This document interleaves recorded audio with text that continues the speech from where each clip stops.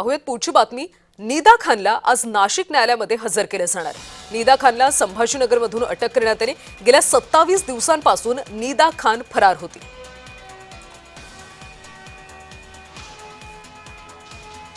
आणि या सगळ्या संदर्भात आपण अधिकची माहिती घेऊयात। आमचे नाशिकचे प्रतिनिधी किरण कोटूर सध्या आपल्यासोबत आहेत।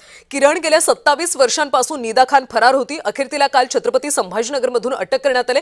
आज न्यायालयामध्ये नेमकी कशा पद्धतीने सुनावणी होईल, पुढची प्रक्रिया कशी असेल?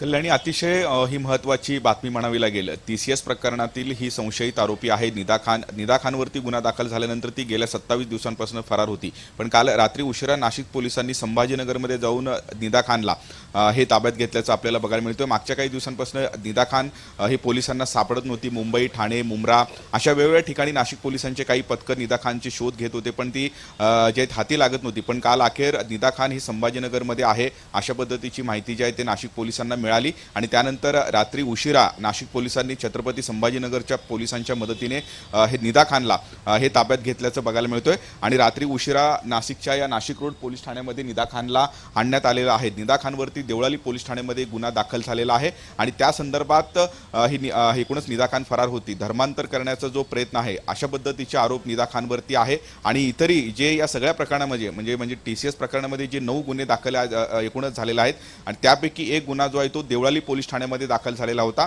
आणि त्यात ही निदा खान आरोपी होती। आणि निदा खानवरती गुन्हा दाखल झाल्यानंतर ती मागच्या काही दिवसांपासून फरार होती। त्यानंतर तिला काल रात्री उशिरा संभाजीनगरमधून अटक करण्यात आलेली आहे आणि त्यानंतर नाशिक रोडच्या याच पोलीस ठाण्यामध्ये निदा खानला आत्ता आणण्यात आलेला आहे। आणि अगदी काही वेळानंतर निदा खानला नाशिकच्या न्यायालयामध्ये जे हजर केलं जाईल आणि त्यानंतर पोलीस कोठडीची मागणी जी आहे ते सरकारी वकील करतील अशा पद्धतीचा एक एकूणच अंदाज आहे।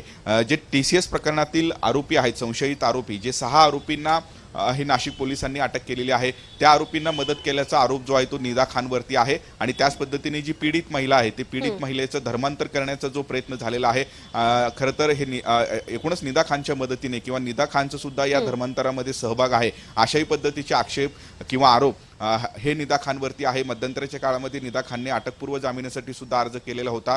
खरं तर तोही अर्ज जो आहे तो न्यायालयाने फेटाळलेला होता आणि त्यानंतर त्यामुळे निदा खानवर धर्मांतरणाचे अनेक आरोप करण्यात आलेले आहेत। त्यामुळे आज तिला पोलीस कोठडी मिळते का याकडे आपल्या सगळ्यांचं लक्ष असणार आहे। आमच्यासोबत अशाच पद्धतीने जोडले राहा।